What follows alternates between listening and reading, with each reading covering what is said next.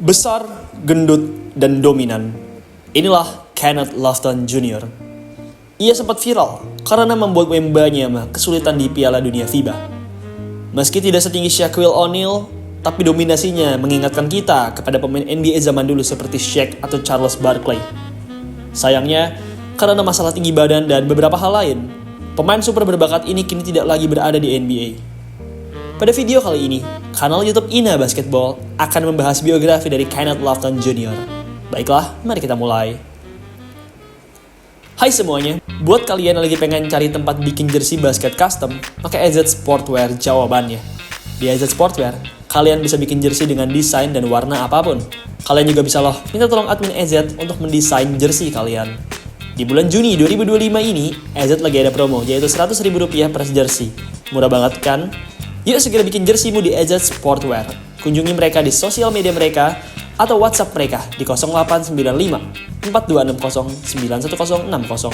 Sekali lagi, 0895 4260 91060. Bikin jersey, AZ Sportwear jawabannya. Kenneth Wayne Lofton Jr. lahir pada 14 Agustus 2002 di Port Arthur, Texas, Amerika Serikat.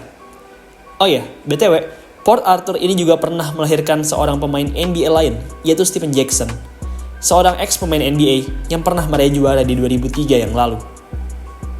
Lofton dibesarkan dalam keluarga yang mencintai olahraga dan aktivitas fisik. Dengan ayahnya yang bekerja di militer dan kantor pos, Lofton mewarisi semangat kompetitif dari keluarganya. Kakaknya, Kennedy, bermain bola basket di level perguruan tinggi untuk Southern University. Lebih jauh lagi, kakeknya, Jean Rock Duhon, adalah seorang atlet track and field yang legendaris di Southern University, di mana namanya bahkan diabadikan dalam Hall of Fame. Saat SMA, Lofton bersekolah di Memorial High School di Port Arthur. Ia awal tidak terlalu tinggi, sehingga ia bermain sebagai seorang guard.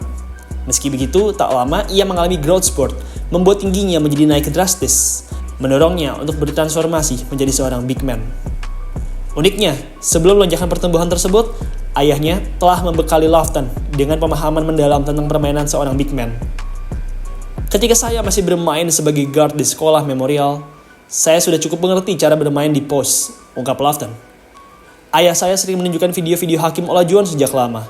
Kemudian, saya tiba-tiba tumbuh tinggi, dan karena sudah dididik oleh ayah saya jadi tahu cara bermain sebagai big man, ungkap Lofton mengenai growth spurtnya. Bakat Lofton bersinar terang di Memorial High School. Di musim sophomore-nya, ia berhasil meraih gelar juara negara bagian. Memasuki tahun senior, ia mencetak rata-rata impresif, sekitar 17 poin dan 10 rebound dan 3 assist per pertandingannya, membawa timnya meraih gelar juara distrik 21 5A. Atas performa gemilangnya, Lofton dianugerahi penghargaan 5A All-Stat dan dinominasikan sebagai McDonald's All-American. Usai tampil cemerlang di SMA, Lofton pun kemudian menerima beasiswa untuk bermain bola basket di Louisiana Tech. Di musim pertamanya bersama Louisiana Tech, Lofton langsung menunjukkan potensinya. Puncaknya terjadi pada 28 Maret 2021 ketika ia mencetak season high 27 poin dan 13 rebound, termasuk sebuah game-winning shot dengan sisa waktu 0,3 detik dalam kemenangan 76-74 atas Colorado State di perebutan tempat ketiga National Invitational Tournament. Itu merupakan highlight di musim pertamanya di level kuliah. Pada tahun yang sama, Lofton juga mewakili Amerika Serikat di FIBA World Cup U19 di Latvia. Ia bermain bersama calon-calon bintang NBA seperti Chet Holmgren dan Jaden Ivey. Hebatnya, Lofton menjadi pemain dengan rata-rata points per game tertinggi di AS dengan 13,1 points per game. Ia juga menempati posisi kedua dalam rata-rata rebounds per game dengan 5,3 rebound per game. Tim Amerika Serikat sendiri akhirnya berhasil meraih medali emas di turnamen tersebut. Mereka meraih emas setelah mengalahkan Prancisnya Victor Wembanyama dengan skor tipis 83-81. Sekembalinya dari Piala Dunia, Lofton melanjutkan musim kuliahnya dengan gemilang. Ia saat itu terpilih dalam All-Tournament Team NIT.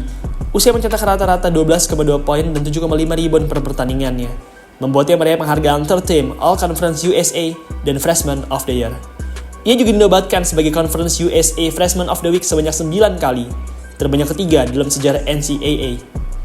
Lofton menjadi freshman Louisiana Tech pertama yang memimpin tim dalam rebound sejak Paul Millsap pada musim 2003-2004. Di musim keduanya, Lofton semakin matang.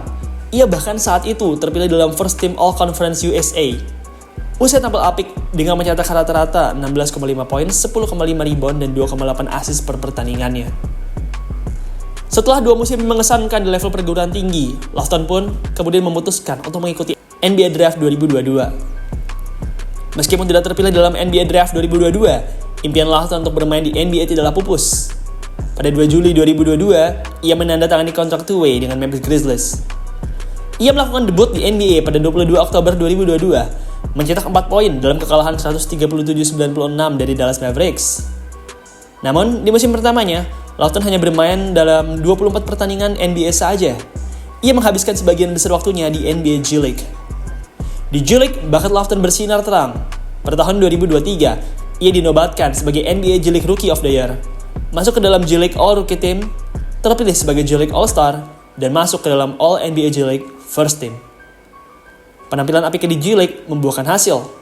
Pada 8 April 2023, Grizzlies mengkonversi kontrak two-way Lofton menjadi kontrak NBA multi-tahun standar. Sehari setelahnya, pada 9 April 2023, Lofton yang saat itu menjadi starter mencetak career high 42 poin dan 14 rebound dalam kekalahan 115-100 dari Oklahoma City Thunder pada pertandingan pertamanya sebagai starter. Ia saat itu mencatatkan sejarah sebagai pemain pertama di NBA yang mencatatkan setidaknya 40 poin dan 10 rebound dalam penampilan pertamanya sebagai starter, semenjak statistik starter mulai dilacak secara resmi pada musim 1970-1971. Namun perjalanan Lofton di Memphis Grizzlies tidaklah berlangsung lama. Pada 18 Desember 2023, ia dilepas oleh Grizzlies untuk memberikan ruang bagi kedatangan pemain baru Bismack Biyombo. Keputusan dari Grizzlies ini saat itu menjadi perbincangan bagi banyak orang, khususnya para fans Kenneth Lofton Jr. di NBA. Tak lama setelah dilepas, Lofton bergabung dengan Philadelphia 76ers dengan kontrak two-way. Ia kembali menunjukkan performa impresif di G League bersama Delaware Blue Coats, mencetak rata-rata 26,4 poin, 9,1 rebound, dan 4 assist per pertandingan dalam 11 laga. Sayangnya, masa baktinya di Sixers jugalah singkat. Pada 1 Maret 2024, ia kembali dilepas. Lofton kemudian bergabung dengan Utah Jazz, bermain dalam beberapa pertandingan di musim regular NBA, dan beberapa pertandingan di G League bersama Salt Lake City Stars. Di G League, ia tampil dominan dengan rata-rata 23,4 poin, 10,1 rebound, dan 4,6 assist per game. Ia juga sempat mencetak career high 52 poin di G League, yang mana merupakan sebuah pencapaian yang amat luar biasa. Sayang, setelah hanya 4 bulan, Utah Jazz memutuskan tidak lagi mengikat Lofton dan melepas Lofton. Bagaimanapun, di musim 2023-2024 G League ini, Lofton tetap tampil superior. Ia mengakhiri musim tersebut dengan berhasil masuk ke dalam All-NBA G League Team. Pada 16 Agustus 2024, Lofton sempat bergabung dengan Chicago Bulls.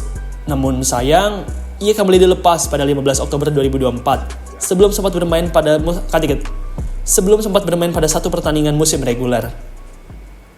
Merasa lelah dengan ketidakpastian di NBA dan ingin mencari gaji yang lebih tinggi, Kenneth Lofton mengambil langkah baru dalam karirnya. Pada 29 Oktober 2024, ia menandatangani kontrak dengan Shanghai Sharks di Chinese Basketball Association atau yang kita lebih kenal dengan CBA. Keputusan ini terbukti tepat.